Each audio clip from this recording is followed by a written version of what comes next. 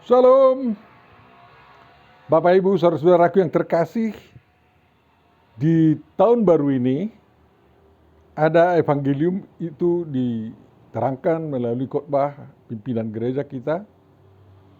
Dan untuk kebaktian bertahun baru di rumah, kami terangkan di sini yang menjadi epistel tanggal 1 Januari 2022 yang bisa digunakan di dalam khotbah sebagai khotbah di perayaan tahun baru di rumah dalam kebaktian keluarga tanggal 1 Januari 2022 misalnya, kalau ada pertemuan keluarga.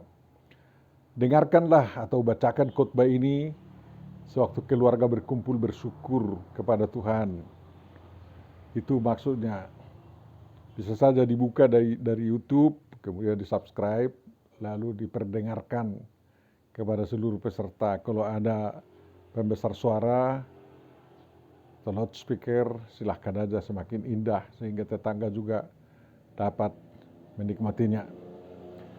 Untuk itu marilah kita persiapkan diri kita, mari kita terima berkat dari Tuhan kita.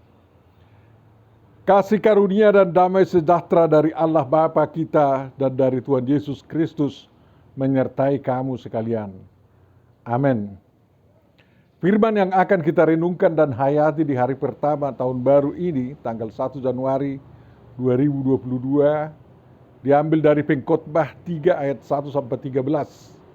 Mari kita baca dan dengarkan apa yang dikatakan Pengkhotbah menasihati kita agar kita tangguh menjalani hari-hari hidup kita di tahun 2022 ini. Untuk segala sesuatu ada masanya. Untuk apapun di bawah langit ada waktunya. Ada waktu untuk lahir, ada waktu untuk meninggal, ada waktu untuk menanam, ada waktu untuk mencabut yang ditanam, ada waktu untuk membunuh, ada waktu untuk menyembuhkan, ada waktu untuk merombak, ada waktu untuk membangun, ada waktu untuk menangis, ada waktu untuk tertawa, ada waktu untuk meratap, ada waktu untuk menari, ada waktu untuk membuang batu, ada waktu untuk mengumpulkan batu, ada waktu untuk memeluk, ada waktu untuk menahan diri dari memeluk, ada waktu untuk mencari, ada waktu untuk membiarkan rugi, ada waktu untuk menyimpan, ada waktu untuk membuang, ada waktu untuk merobek, ada waktu untuk menjahit, ada waktu untuk berdiam diri, ada waktu untuk berbicara, ada waktu untuk mengasihi, ada waktu untuk membenci, ada waktu untuk perang, ada waktu untuk damai. Apakah untung pekerja dari yang dikerjakannya dengan berjerih payah? Aku telah melihat pekerjaan yang diberikan Allah kepada anak-anak manusia untuk melelahkan dirinya. Ia membuat segala sesuatu indah pada waktunya, bahkan ia memberikan kekekalan dalam hati mereka. Tetapi manusia tidak dapat menyelami pekerjaan yang dilakukan Allah dari awal sampai akhir. Aku tahu bahwa untuk mereka tak ada yang lebih baik daripada bersuka-suka dan menikmati kesenangan dalam hidup mereka. Dan bahwa setiap orang dapat makan, minum, dan menikmati kesenangan dalam segala jerih payahnya, itu juga adalah pemberian Allah. Demikianlah firman yang sampai kepada kita. Tema yang diusulkan untuk renungan kita adalah Allah adalah Alfa dan Omega, yang didasarkan pada Evangelium Wahyu 21 ayat 1 sampai 6a. Dan berpadaman dengan itu, kita isi epistel ini kita bikin temanya atau tema Pengkhotbah 3 ayat 1 Pengkhotbah 3 ayat 1 sampai 13, dan kombinasi dengan dengan evangeliumnya ya. Untuk segala sesuatu ada masa dan waktunya, dan Tuhan membuat segala sesuatu indah pada waktunya. Itulah tema kita pada kebaktian ini. Berbahagia dan diberkatilah siapapun yang mendengar, menghayati dan mengamalkan perintah maupun kehendak Tuhan. Amin. Selamat tahun baru Bapak Ibu saudaraku yang kekasih. Mohon maaf lahir dan batin. Marilah kita petik arti dan makna firman ini untuk kita gunakan dalam kehidupan kita beriman dan setia kepada Jehovah Elohim, Yesus Kristus, Roh Kudus, Tuhan yang Maha Esa itu. Yang pertama, Bapak Ibu, apakah Tuhan yang membuat terjadi segala sesuatu? Tentu jawabnya tidak. Kita percaya bahwa Jehovah Yesus Kristus, Roh Kudus, Tuhan kita yang Maha Esa itu menciptakan atau menjadikan langit dan bumi dan segala isinya. Dia menciptakan yang kelihatan dan yang tidak kelihatan.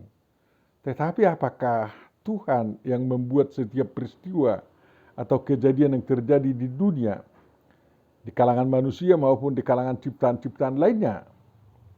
Misalnya apakah Tuhan yang membuat terjadi bencana alam, terjadi perang, terjadi damai dan lain-lain? Apakah yang buruk merupakan perbuatan iblis dan yang baik merupakan perbuatan Tuhan? Banyak jawaban yang kontroversial untuk itu, yang pro dan kontra. Apa jawaban yang benar dari kita atau dari iman Kristen? Kita harus coba jawab pada kesempatan ini, agar kita jangan ragu, Bapak Ibu Saudara. Agar dapat memberi jawaban yang benar, harus dengan benar dipahami apa yang diciptakan Tuhan sewaktu penciptaan langit dan bumi serta segala isinya. Dan apa perintah Tuhan di sana? Jehovah Elohim, Tuhan Allah menciptakan langit dan bumi, air atau samudra, kegelapan, terang, lautan, dan daratan. Kepada setiap ciptaan ini Tuhan memberi kekuatan atau kemampuan untuk menimbulkan atau memunculkan dari dirinya sesuatu. Samudra menutupi permukaan bumi, kegelapan menggelapi permukaan bumi, terang menerangi permukaan bumi, lautan dapat menjadi tempat berkeriapan ikan-ikan, binatang laut di dalamnya, daratan atau tanah menumbuhkan tunas-tunas muda.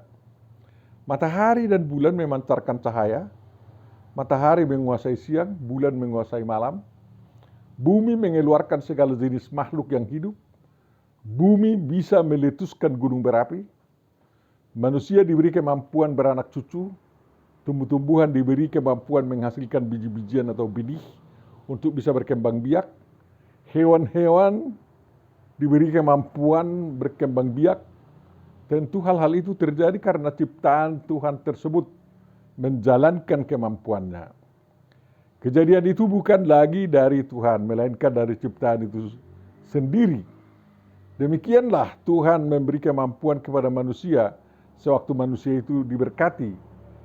Beranak cuculah dan bertambah banyak, penuhilah bumi dan taklukkanlah itu. Berkuasalah atas ikan-ikan di laut dan burung-burung di udara dan atas segala binatang yang merayap di bumi. Itu terus berlaku sampai sekarang. Lihatlah, aku memberikan kepadamu segala tumbuh-tumbuhan yang berbiji di seluruh bumi dan segala pohon-pohonan yang buahnya berbiji. Itulah akan menjadi makananmu. Kejadian 1 ayat 28 sampai 29, dan di Kejadian 9 waktu air bah telah surut, Tuhan memberi mandat kepada manusia untuk memakan daging hewan. Ya. Termasuk daging babi.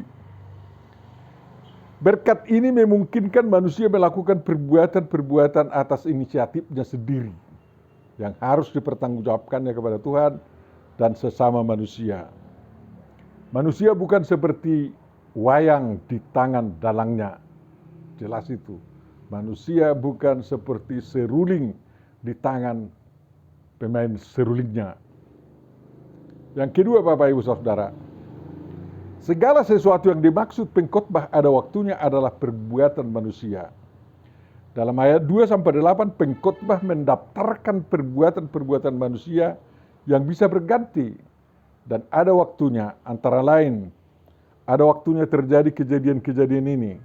Menurut pengkhotbah dulu kita lihat, lahir, meninggal atau mati, menanam, mencabut tanaman, membunuh, menyembuhkan, merombak, membangun, menangis, tertawa, meratap, menari, membuang batu, mengumpulkan batu, memeluk, tidak memeluk, mencari, membiarkan rugi, menyimpan, membuang, merobek, menjahit, berdiam diri, berbicara, mengasihi, membenci, perang, damai. Semua itu ada waktunya masing-masing menurut pengkhotbah. Lalu kita bisa juga menambahkan lebih banyak lagi dari situ lagi, atau kalau kita mau. Misalnya, bangun, tidur, makan, tak makan, makan minum, tak makan minum, berjalan, istirahat, bekerja, menganggur, tutup mata, buka mata, telanjang, pakai baju, berjabatan, tak berjabatan, mandah, tinggal tetap, beribadah, tak beribadah, menyupiri, jadi penumpang, sakit, sehat, waras, gila, kaya, miskin, bersahabat, bermusuhan. Itu semua keadaan-keadaan yang bisa ditimbulkan oleh manusia atas tanggung jawabnya sendiri dan atas perbuatan sendiri tanpa ada Tuhan di baliknya itu. Masih banyak lagi keadaan manusia yang dapat Anda daftarkan. Silakan daftarkan kalau mau. Pengkhotbah tidak hendak mengajar kita menjadi manusia pasrah atau yang gampang mengatakan, "Ya sudahlah, itu sudah nasib." Sama halnya sewaktu pengkhotbah mengatakan, "Lihatlah segala sesuatu adalah kesia-siaan," 2 ayat 11. Aku melihat lagi kesia-siaan di bawah matahari, 4 ayat 7. Itu bukan berarti bahwa pengkhotbah tidak mengakui adanya kegunaan dari apa yang dikerjakan manusia. Ada gunanya bagi manusia kalau manusia itu mampu menggunakannya. Saya memahami bahwa apa yang dikatakan pengkhotbah sebagai sia-sia karena segalanya itu tidak dapat diandalkan untuk mendapat keselamatan dan kehidupan yang kekal yang dari Tuhan. Semua amal adalah sia-sia dan tidak berguna dalam mencari keselamatan dan hidup yang kekal bahagia yang dari Tuhan. Itu sudah jelas, karena keselamatan dan hidup kekal yang akan kita terima adalah benar-benar sola gratia. Sehubungan dengan pendapat pengkhotbah yang mengatakan bahwa segala sesuatu ada masanya dan ada waktunya, dia ingin mengajak manusia agar bekerja dan mengusahakan hal-hal yang berguna baginya. Pengkhotbah ingin agar manusia tidak mengalami hal-hal yang konyol. Sebab setiap keadaan yang disebutkan pengkhotbah dan yang kita sebutkan di atas adalah keadaan di bawah kuasa atau atas rekayasa manusia sendiri, bukan atas kehendak Tuhan. Setiap keadaan itu bisa terjadi pada manusia atau pada diri kita masing-masing. Tetapi adalah tanggung jawab dan kewajiban kita masing-masing membuat keadaan yang terjadi pada diri kita adalah kebaikan untuk kita masing-masing. Manusia bisa membuat hal-hal yang negatif tidak terjadi pada dirinya, tetapi mengusahakan hal-hal yang positif dan dapat memahami keadaan itu menjadi kebaikan pada dirinya. Misalnya, kalau ada waktu untuk lahir, diusahakanlah hal-hal yang lahir itu adalah hal-hal yang baik, atau manusia yang lahir itu manusia yang baik. Kalau ada manusia yang sudah waktunya meninggal, diusahakanlah agar yang sudah waktunya meninggal itu adalah orang yang sudah ujur, mencapai umur sedikitnya 70 tahun. Kalau ada waktunya menanam, maka diusahakanlah manusia menanam benih yang baik. Kalau waktunya untuk mencabut, maka diusahakanlah yang dicabut itu adalah tanaman semak duri. Kalau ada waktunya untuk membunuh, maka diusahakanlah bahwa yang dibunuh itu bukan manusia, melainkan ayam atau hewan yang akan disantap. Kalau waktunya untuk menyembuhkan, maka usahakanlah menyembuhkan semua orang sakit. Kalau sudah ada waktunya untuk merombak, maka usahakanlah yang dirombak itu bangunan-bangunan yang sudah lapuk atau yang out of date. Kalau sudah waktunya untuk membangun, maka usahakanlah membangun bangunan yang bisa tahan ribuan tahun atau yang langgeng. Kalau waktunya untuk menangis, maka usahakanlah menangis karena bahagia. Kalau waktunya ada tertawa, usahakanlah hiburan yang membuat dirimu tertawa sehat. Usahakan meratapi keadaan sialmu. Usahakan menari karena ada pesta sukacita. Usahakan membuang batu yang tidak berguna, misalnya batu ginjal, batu empedu. Usahakan mengumpulkan batu yang berguna untuk membangun jalan yang tahan misalnya. Usahakan memeluk istri atau kekasihmu dengan mesra. Usahakan tidak memeluk baumu. Usahakan mencari keuntungan yang halal. Usahakan membiarkan dirimu rugi pikiran yang menyusahkan. Usahakan menyimpan uang di bank. Usahakan membuang hajat dengan baik. Usahakan merobek kain agar bisa dijahit jadi baju. Usahakan berdiam diri mendengar nasihat orang tua. Usahakan berbicara, membahas masalah dan solusinya. Usahakan mengasihi sesama manusia dan membenci iblis. Dan banyak lagi kira-kira apa yang kita bisa usahakan. Walaupun nampaknya kata-katanya negatif, tapi bisa jadi positif kita bikin ya. Jadi kalau dikatakan usahakan, ada waktunya untuk mencekik ya. Cekiknya leher ular itu. Jangan leher orang, kan kayak gitu. Dengan demikian pada dirimu yang berbuat demikian bisa terjadi semua keadaan yang dikatakan pengkhotbah. Dan semua itu membuat kemanusiaanmu menjadi yang terbaik. Tetapi kalau setiap keadaan itu terjadi pada dirimu di luar kehendakmu sendiri, terutama keadaan yang kurang menguntungkan bagimu, pengkhotbah ingin meyakinkan diri Anda bahwa keadaan itu akan berlalu juga dan akan digantikan dengan keadaan yang baru. Dan untuk terjadinya keadaan yang baru itu yang menguntungkan bagimu, kamu harus berjuang. Sehingga dengan demikian pengharapanmu senantiasa ditumbuhkan. Semuanya bukan karena nasib, bukan karena sibaran atau suratan tangan, melainkan karena perjuangan di jalan yang benar. Yang ketiga yang perlu kita renungkan Bapak Ibu, berbahagialah manusia yang mau berlelah karena pekerjaannya yang diberikan Tuhan. Pengkhotbah mengamati manusia sebagai pekerja di dunia ini. Lalu dia memberi pandangan yang luar biasa hebat. Apakah untung pekerja dari yang dikerjakannya dengan berjerih payah? Aku telah melihat pekerjaan yang diberikan Allah kepada anak-anak manusia untuk melelahkan dirinya. Ia membuat segala sesuatu indah pada waktunya, bahkan ia memberikan kekekalan dalam hati mereka. Tetapi manusia tidak dapat menyelami pekerjaan yang dilakukan Tuhan dari awal sampai akhir.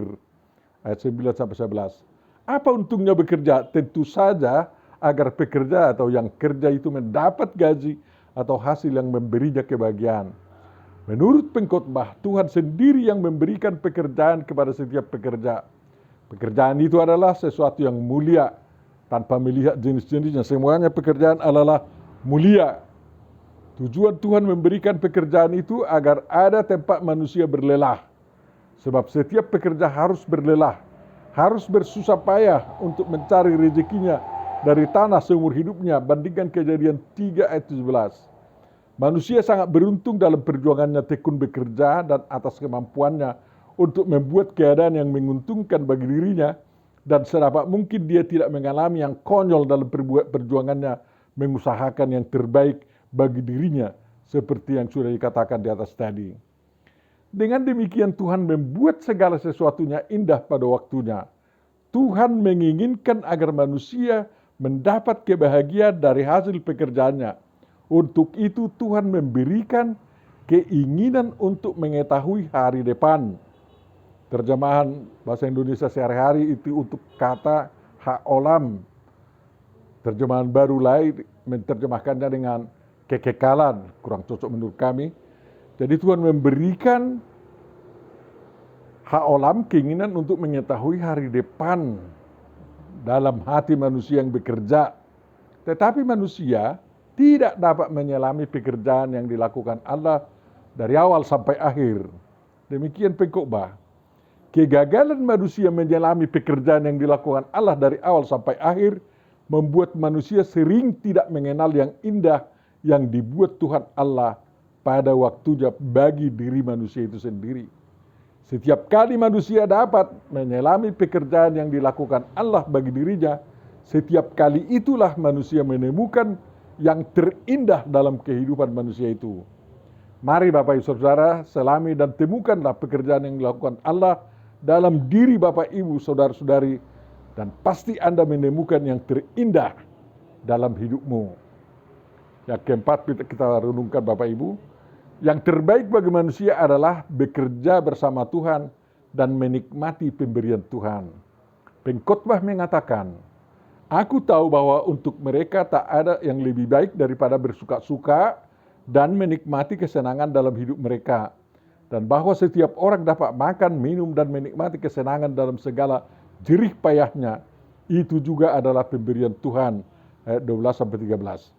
Pendapat ini ada benarnya, tetapi Tuhan Yesus Kristus telah mengkoreksinya dengan mengatakan bahwa manusia hidup bukan dari roti saja, tetapi dari setiap firman yang keluar dari mulut Allah. Matius 4 ayat 4 sejajarnya.